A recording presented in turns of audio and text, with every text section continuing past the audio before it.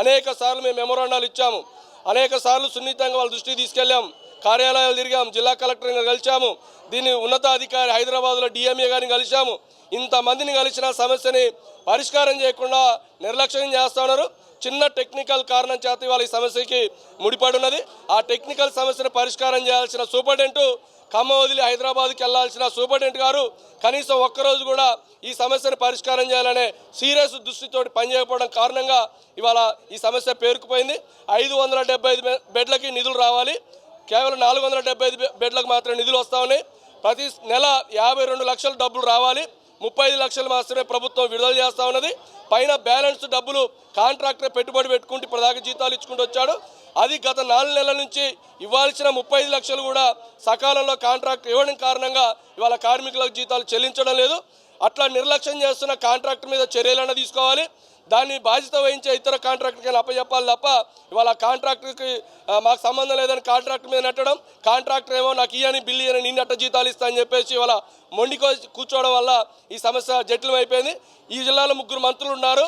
మంత్రులు తలుచుకుంటే ఒక్క రోజులో అయ్యే సమస్య, కానీ మంత్రులు ఎందుకో జిల్లా ఆసుపత్రిని వదిలేశారు గాలికి.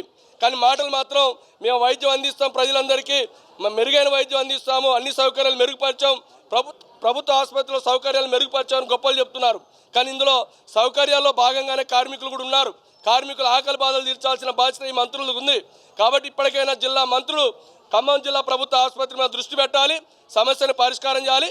లేని ఎడల రేపు మేము తుమ్మల క్యాంప్ ఆఫీసు ముందు కార్మికులు మొత్తం వెళ్ళి ఆయన పరిష్కారం చేసేదాకా ఆయన క్యాంప్ ఆఫీసును వదిలేది లేదు, ఆడే రేపు మా ఆందోళన కొనసాగిస్తామని చెప్పేసి జిల్లా మంత్రులు హెచ్చరిస్తా ఉన్నాం.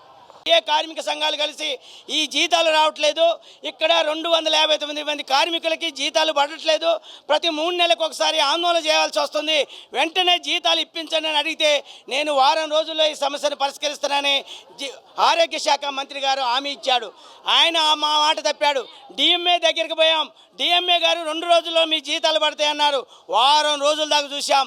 గత్యంతరం లేకనే అనివార్యంగా ఇది ప్రజల దృష్టికి వెళ్ళాలి, ఇక్కడ రోగులకు ఇబ్బంది పడుతుందని ఇలా గొప్పలు పలుకుతున్నారు అధికారులు. రోగులంటే మాకు మంచి లేదా? ఈ ప్రజలంటే మా ప్రజలు కాదా? ఈ తల్లిదండ్రులు మా తల్లిదండ్రులు కాదా? ఈ హాస్పిటల్లో ఉన్న అన్నలు అక్కలు మా ప్రజలు కాదా? మీ ప్రజలా? మీ ఓట్లయితే కులుకుతున్నారు ఈ అధికారులు. కాబట్టి ఇప్పటికైనా అధికారులను మేము ఒకటే చెప్తున్నాం, మంత్రులకి అధికారులకి వెంటనే సమస్యను పరిష్కరించండి, లేకపోతే రేపు జరిగే ముట్టల్లో ఏం జరుగుద్దో ఏమైద్దో కూడా ఎవరికి తెలియని పరిస్థితుంది. కాబట్టి కార్మికులు కడుపు కాలుతున్నాయి, కార్మికులు అనివార్యంగా ఆందోళన